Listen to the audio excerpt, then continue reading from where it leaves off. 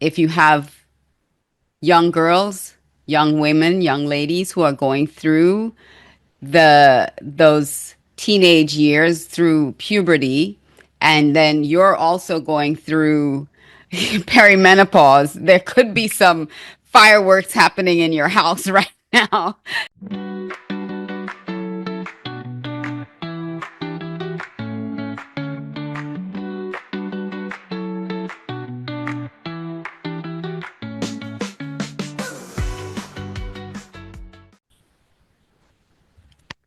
Welcome to this episode of Love My Body, Love Myself. I'm your host, Alicia Couri.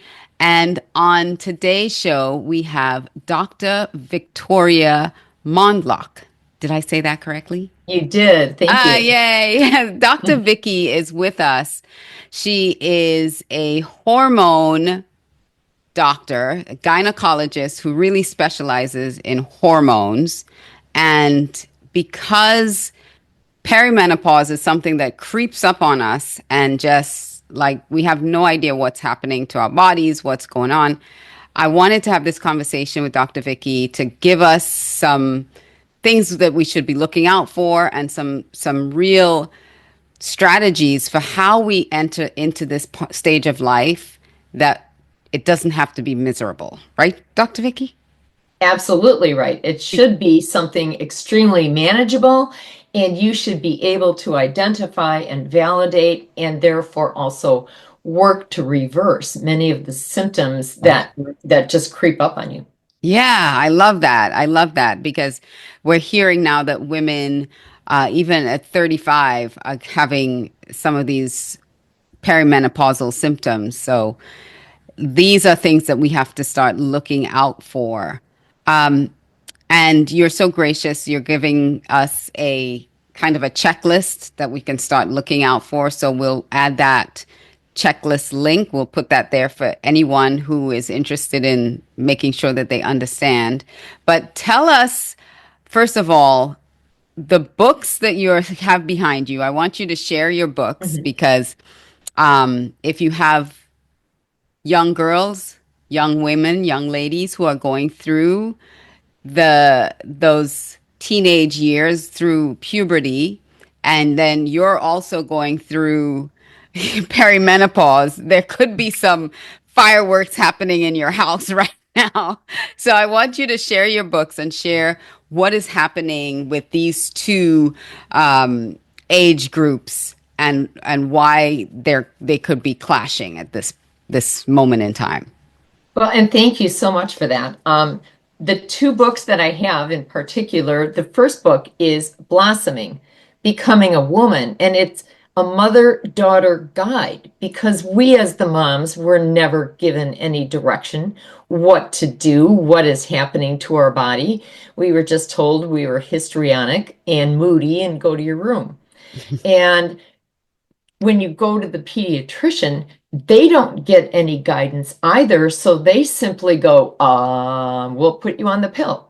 And, Mm. and Ugh. we want moms to be able to advocate for their daughters and to be able to have a choice in making a science-based decision on what decision they're going to make.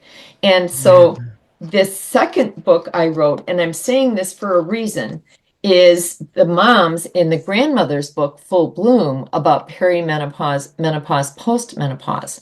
But let me go back to blossoming for a minute. The reason, and you brought it up so eloquently, Alicia, is that women in their 40s and their adolescent daughters are going through the same hormone swings. And I demonstrate that in the book Wow. right here. And that's science based, based on percentile of hormone and decade. So this is adolescence. This is what happens in perimenopause. Wow. OMG, It right? is, yeah, like you said earlier, in our pre-conversation, it's a mirror image. So the mood swings that you're experiencing, your daughter is experiencing that. And so sometimes you will have those clashes. I remember when I was younger having those clashes with my mom and not really understanding, why can't she understand me? Why doesn't she, why doesn't she get it? And now that you're saying this, it's because both of us were in the same hormonal chaos at the Exactly. And same you may time. be in sync, you may be out of sync. Yeah. So, right. So But hopefully mothers and daughters can start like shift the conversation. right, the awareness allows for the discussion. So Hmm. just being aware that that hormone swing is happening opens up a totally different level of conversation and understanding. And And the empathy for one another. and yes, I was just going to Yeah. use Oh, okay. I jumped in on you. But that empathy for one another, absolutely, because you're going through those same mood swings, those same attacks on your brain and your emotions and everything. It's happening. So we're gonna link those both books. So if you're a mother and daughter, if you're a mother and you have a daughter that's a teenager or coming up into her adolescent years, or a niece with coming into those adolescent years too, I'm going to link both books in the notes here so you can get them and get them as a gift for each other and read them together. I think that would be really powerful because moms and daughters need to be armed with the knowledge and the information and start understanding their bodies and what's happening to them and not feel a prisoner to everything that's happening. So let's, unless there's more you want to say about nope, you moms and said it daughters. all. You said it Yeah, very I think it's eloquently. beautiful. I think and you did that very intentionally, and it's going to be so helpful because when you do go to the gynecologist, when you do, well, a pediatrician, you don't get to go to the gynecologist until probably you're like 20. But when you go to the pediatrician, you will have more insight, probably more than they do. I was watching the Oprah special not too long ago, and they were talking about how doctors, when they're trained, only get about 6 hours of hormone, to learn about hormones and women and menopause and pu- puberty, and like there's no in-depth training really that a pediatrician will have on puberty and the hormone. I want to say chaos because it is. You're up and down, and as your body is trying to adjust to this new reality that it's in, they don't know anymore. Like they haven't had deep studies into this themselves because their pediatric track, they have to learn so much. So you need Right. a specialist, Medical right? schools back in my day, and I'm retired now, but medical schools back in my day in the 80s, menopause wasn't even mentioned. It's Mm, just something women are going to go into, and then that's the end of their misery. It was like, what? Wait a minute. Well, what's the science? Well, no, we don't need to go into that because you won't mm. have to worry about it. You Wait a just minute. shrivel up and that's it. Right. And that was, it just wasn't discussed. And when the research was done on Women's Health Initiative, many people just rubbed their hands together like, oh, good. But when the result came out and they stopped the study early, and that pertains to more perimenopause, menopausal women, realize women that that study was done on Premarin and Prem Pro. There was nothing human based, nothing bioidentical about that Mm, study. And it was exact opposite results of the European research, which studied human based bioidentical hormone. mm, So no wonder they came up with opposite results. But the Americans were so already on the, oh my gosh, increased breast yeah. cancer, increased heart attack, increased stroke, that when the European results came out, it refuted every single one of those. Mm. decreased breast cancer, decreased heart attack, decreased stroke, and it also showed decreased osteoporosis, decreased Alzheimer's. Mm. Yes. Yeah, Right. let's talk a little bit about Alzheimer's because it does impact women more than men at an Yes, alarming rate. because women lose their hormone and men don't. Yeah. Yeah. And so they talked about brain atrophy, like the brain starts, some parts of the brain, like that brain fog. Listen, that brain fog is real. It's not a senior moment. It's not, you start really losing your words. It's like I know I'm an intelligent person, but where did the word that I was about to say go? It's like, Right. And realize that brain fog is only one of a multitude of symptoms. And yes, we'll have this to we'll put on get that your list. website for people.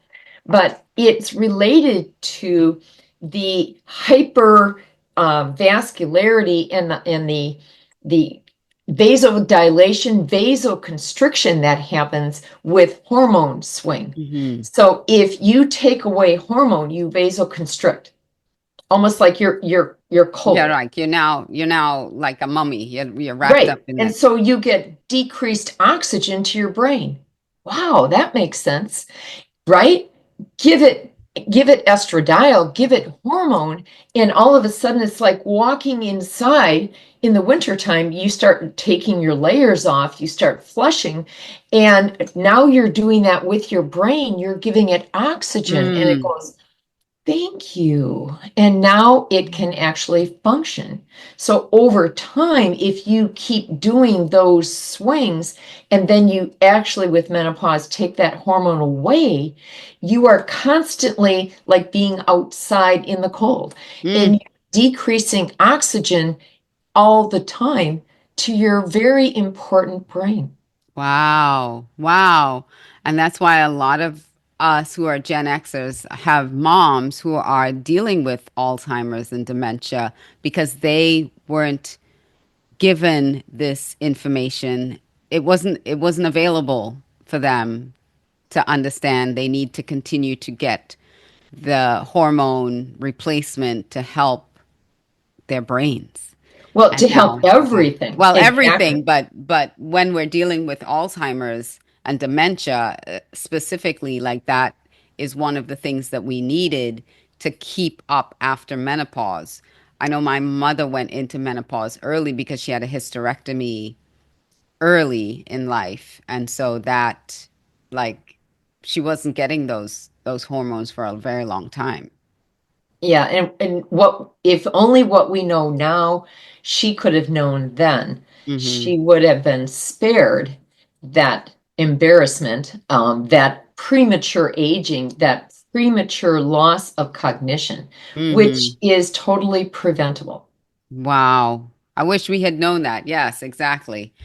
Um, and there are other things too. So we talk a little bit about the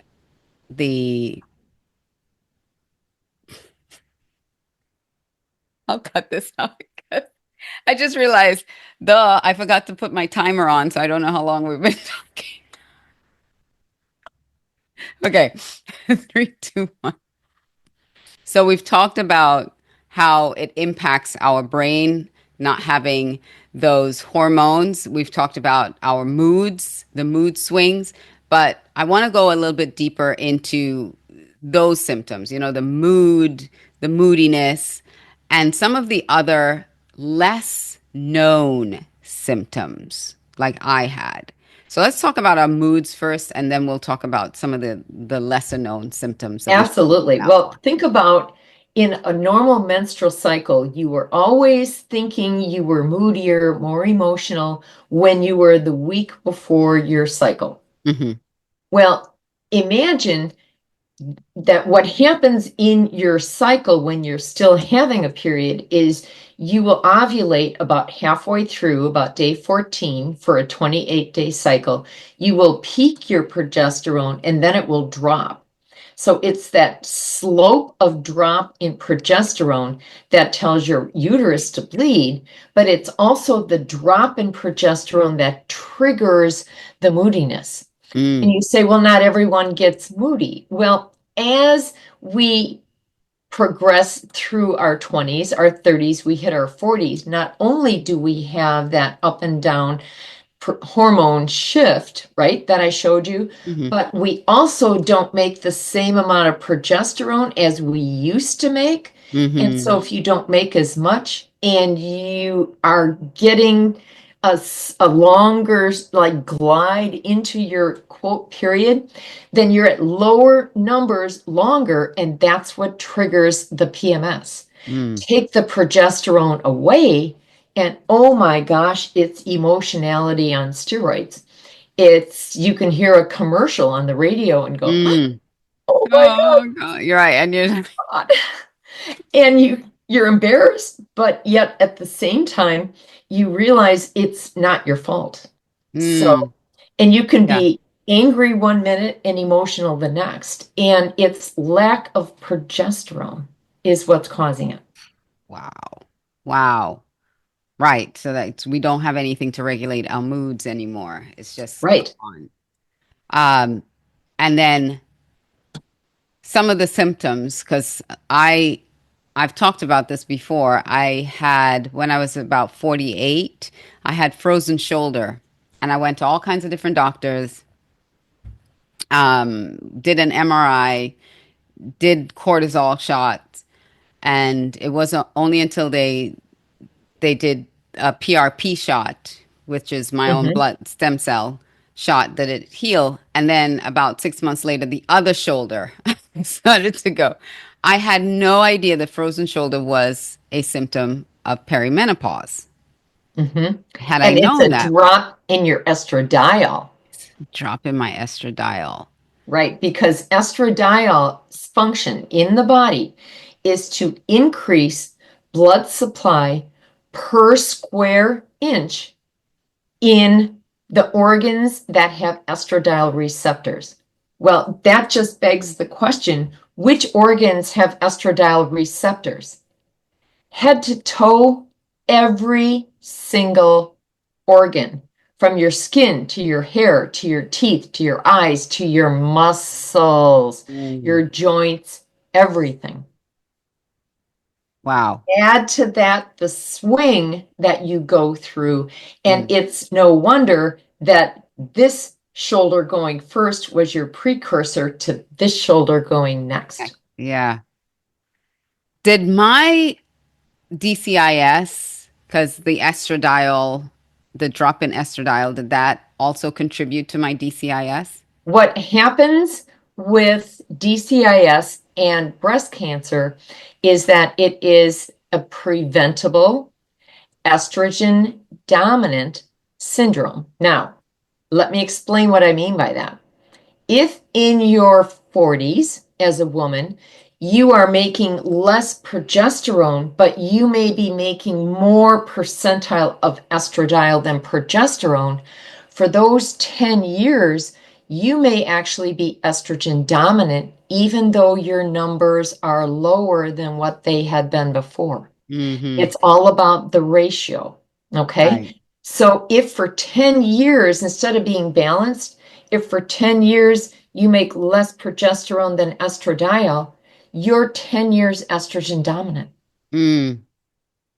Yeah. But nobody's checking your levels. Right. They don't ever yeah, that's one of the things that when I went to my doctor, I was about mid late 30s, just around my son, so I was late 30s, and asked about, you know, hormone replacement or anything like that. They never once did a blood test to see where they're like, "Oh, you're too young for that. You know, you don't have to worry about that." Yeah, but I think it's up to us to advocate as women, even in our 30s, if we start go through that list. It's going to be linked. Go through that list. And if you start feeling some of these symptoms, to go to your doctor and have your blood work done and have them tell us what we need to ask for. And that's in my Blood book. test. It's It's in the in book. both books. It's in Both both books have books. a chapter in the back called How to Talk to Your Healthcare Provider. And I Nice. tell you the labs that you need to get done. Yes. So she'll give you all the labs. So you need to go ahead and get the book. Um, And now I just want to switch a little bit because we talked about the deficiencies and what happens to our bodies. And really, it's not our fault. None of it is Right. your fault. So we can start loving ourselves and not feel guilty or ashamed or anything of what's happening within our bodies. Because there was a point when I was diagnosed, and I was like, what did I do wrong? Like, what could I have done something different? How did this happen to me, right? There were those fleeting moments of thinking maybe I shouldn't have eaten this or done this or but it's just my body's natural response to the my hormones. Right, to the I can't control imbalance that. that your body naturally goes through, Right. the true awareness of understanding what your body is going through is really the call to action that I'm Yeah. giving women to say, make yourself aware that these changes are happening. Know what the graphs look like. Know where your age appropriate hormone levels should be, and that's in the books. It's in But the then books. the Yeah. call to action is get your blood levels done. And I'm going to Yeah. give you a Because you little could be proactive about this. right. So if your doctor won't order them for you, you may like your doctor, but you may need to find a hormone doctor that will do it for you. Yeah. Another little secret is to know that you can order your own blood work. Yes. Yes. Oh, you can order your own blood labs. Yes. You're Yes. gonna have to pay for it. You do, but if You're gonna you have to pay go for it, to but the you can. link Life Extensions, which most people say that's a supplement company, well, they have a lab division. Mm, So when you go in under Life Extensions, the lab division will list the different panels you can get drawn. You order it. Yes, you have to pay for it, but it's at a much reduced price than if you're getting something and your deductible isn't met and you're paying full price through the right. doctor's office. So Yes. it, Thank you for that. That's a great resource. Life right, extensions. right. And then let's talk a little bit now about BHRT. We mentioned it a little earlier when we talked about the studies that were shut down in the US and the Europeans continued the study. But let's talk about what exactly is BHRT, bioidentical hormone replacement therapy, and how can people feel women, not people, how can women over 40, perimenopausal, feel confident and comfortable going to their doctor requesting BHRT? Realize what BHRT stands for, bioidentical hormone replacement therapy. So bioidentical specifically refers to human bioidentical. Realize that the American Studies Women's Health Initiative were done with Premarin. Synthetic. Premarin stands for pregnant mare's urine. Well, wait a minute, we're not horses. Mm-mm. For women. So why was the study done on horse urine and not include human-based estradiol, which is what our ovaries make? Well, that's what the Europeans studied, estradiol. Wow. Newsflash, that's human-based bioidentical. The Women's Health Initiative, the American study, also studied Prem Pro. Those are the only two they studied. Prem Pro is Premarin, again, the pregnant mare's urine, Mhm. plus a synthetic medroxyprogesterone acetate chemical, the same progesterone acetate that is in a shot that women can get every 3 months. Newsflash, it actually is an increased risk for infertility and an increased risk for breast cancer. Oh, Now, it's not human-based or bioidentical if it's chemical. So yeah. they call it a progestin Mm. or a progestogen, which is not progesterone. Roan. which Right. is what the body makes. So, what should women ask for? Human-based bioidentical hormone of estradiol and progesterone. Now, there is one caveat that I'll throw in there is some women want extra breast cancer protection. So can you get a compounded, meaning it's made by a pharmacist specific for you and your lab tests, that they can put in a cancer protective estriol? Estriol. Estriol is made by the human body, but in very small percentages. But if you mix that with estradiol, you also add in breast cancer prevention. So that's So, something that I can ask for my compounding correct. pharmacy to do. Correct. That's absolutely Ooh, correct. And so you can get it in an 80-20 formulation, you can get it in a 50-50, but it's always best to find out and follow what your blood levels are doing, not salivary, not urinary, mm, because the European studies are all based on blood blood work. results. Mm, Right. wow. Thank you so much, Dr. Vicky. That is worth the price of admission right there for me because I've been like considering. So like my oncologist is like, I don't want you going on hormone replacement therapy because you're post breast cancer and it was hormone receptive and want to be really uh, careful with that. And then I'm working with a hormone health coach, and she and another doctor, hormone doctor, are we're going, back and forth, and I'm left considering, okay, can I do this? Can I do this safely? How can I?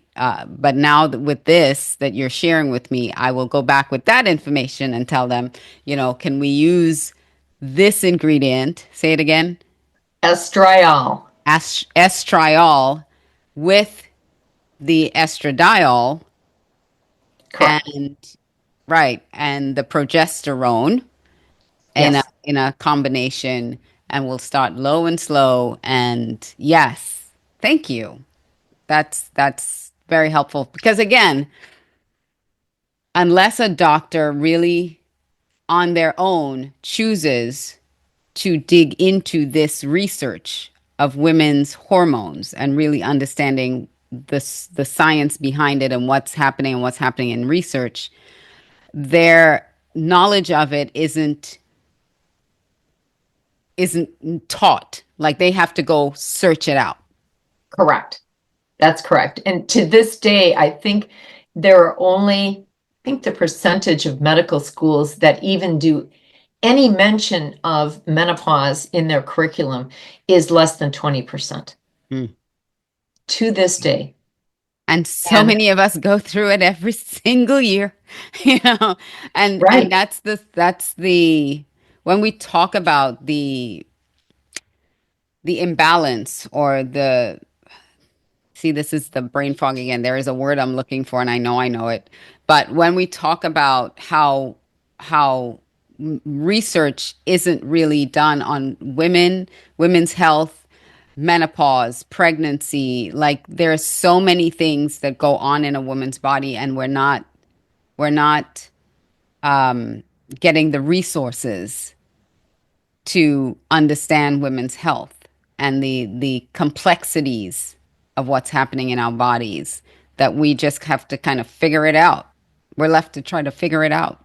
right. And we're told your body knows what to do. Well, not always. Things can go awry. And so a perfect example of that is the genetic condition called polycystic ovary. Mm-hmm. And that is not any woman's fault. It's genetic. But are you going to have a mild case, which means you may only have three of they don't even know how many genes, eight or more. Do you only have three of those genes, so it's mild? Do you get five of those genes, so it's moderate? Do you get all eight? And you're full blown, you look like you have more male hormone than female. It's not a one size fits all Mm-hmm. kind of condition, but it's genetic, and women are never told that it's genetic, and they're never told how to mitigate something that's genetic in their body. Mm, So you can mitigate and work with, but you still, just like women going through perimenopause, menopause, you still have to know where your levels are you have to know where and your balance hormone them levels out. are. Mhm. And there are ways to balance them out. Yeah, this Absolutely. has been really helpful because just like you said, we get into feeling guilty or shame if you have POC and you have a really severe case of it, it's like, what is wrong with me, right? Because you start getting whiskers or you start getting, like different symptoms. Like you can share better than I can what some of those symptoms are if you have POC, and you feel like it's your fault. Right. And it's not. And so that will manifest as soon as puberty. But the irregularity of periods that can come along with PCOS is just See, as, PCOS. I said POC. that's PCOS. okay. Right. But Yeah. I'm.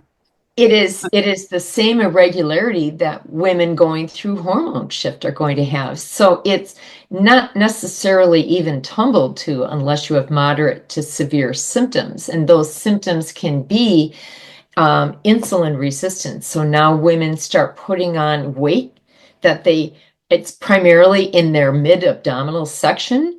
And they think I haven't changed what I'm doing. Mhm. I've taken care of patients who were athletes in high school and went to college and continued exercising like they did in high school, but now they're packing on 30, 40, 50, even more pounds, and they would come in crying, I'm doing all the same things. Well, we check their hormone levels. I've got an answer for you. Mm. It's not you doing anything wrong. It's your body chemistry and it's your genetics. And so we just have to mitigate this. We have to work Mm. with it. But they're going to start to lose hair on the top of their head. And yes, they may not only get sideburns, but they're going to get chin hair and they may start shaving it. And they may feel like they're overly aggressive. They may have acne that becomes cystic acne. And Mm. now they have a physical manifestation besides additional weight gain. And now they actually will many times withdraw because they just feel like their body is controlling them. They're not able to control their body anymore. And then you don't love your body, which is, what the show is about. It's really giving women the information and the opportunity to find ways to love their body and love themselves. And Dr. Vicky, you have shared so many breakthrough. I'm sure people listening, women, I keep saying people, but I mean women, women, women, women, women who are listening to this that have ever experienced any of this or know someone who's experienced any of this can now feel like, you know what? I'm not broken. My hormones just need to be in balance and they're not in balance and nobody ever told me this. Nobody ever shared this with me. And it can give them some hope to find ways to love themselves. So I thank you so much for being willing to share your wisdom and your experience with us. And any last things that you want to share with us before we sign off today? I just want to echo what you just said is we are all special human beings. We are here for a reason. And you can't control the genes that you were dealt, but you can work with the genes that you were dealt, and you can work the science of how your body works. We do blood work for so many conditions. Why can't we do blood work to look at the imbalances that go on in women's health? We Yeah. deserve to know. Absolutely, absolutely. And thank you again. So her books are Full Bloom, but Blossoming is if you have a a daughter going through puberty. So you Mhm, get Blossoming and then Full Bloom. So becoming a woman and then going into perimenopause, menopause, and postmenopause. So mhm. make sure to go get your copy for those books. We'll have it linked below We also have the download of the checklist of symptoms to look for if you experience any of those symptoms, your perimenopausal symptoms, so that you can go to your doctor and get the correct blood work done. And if you don't know how to get your blood work done, you can go to Life Extensions. Mhm. There is a you can choose a tab Lab. that says labs, and you can get your own, you can go ahead and order your own blood work from there. So with that, I just want to say thank you so much, Dr. Vicky, for coming on and sharing all this amazing information with us. There is hope for us women. There is hope past 40. You don't have to put you out to Absolutely. pasture. You don't And have I to put, thank you. yes. And all these things will help your skin. It will help your hair. It'll help your vitality. It'll help you feel, because these are what you call your sex hormones. It'll help you still feel vibrant and vital as a woman, and you can continue to to contribute to society in a very positive way. So with that, I want to say to go ahead, keep on loving the body that you're in. It's the only one you got. So you got to find ways to continue to love your body and love yourself. I'm Alicia Couri, and I'll see you on another episode of Love My Body, Love Myself. Mwah. Turnover. It's incredibly expensive for any organization, but especially those that are small and mid-size. If you're an organization and you're hiring, it's so important to get it right. You need to identify the right people for the right roles. Here at Audacious Concepts, Inc., we help you perfect your hiring process so you get it right every single time. Reach out to us at audaciousconceptsinc.com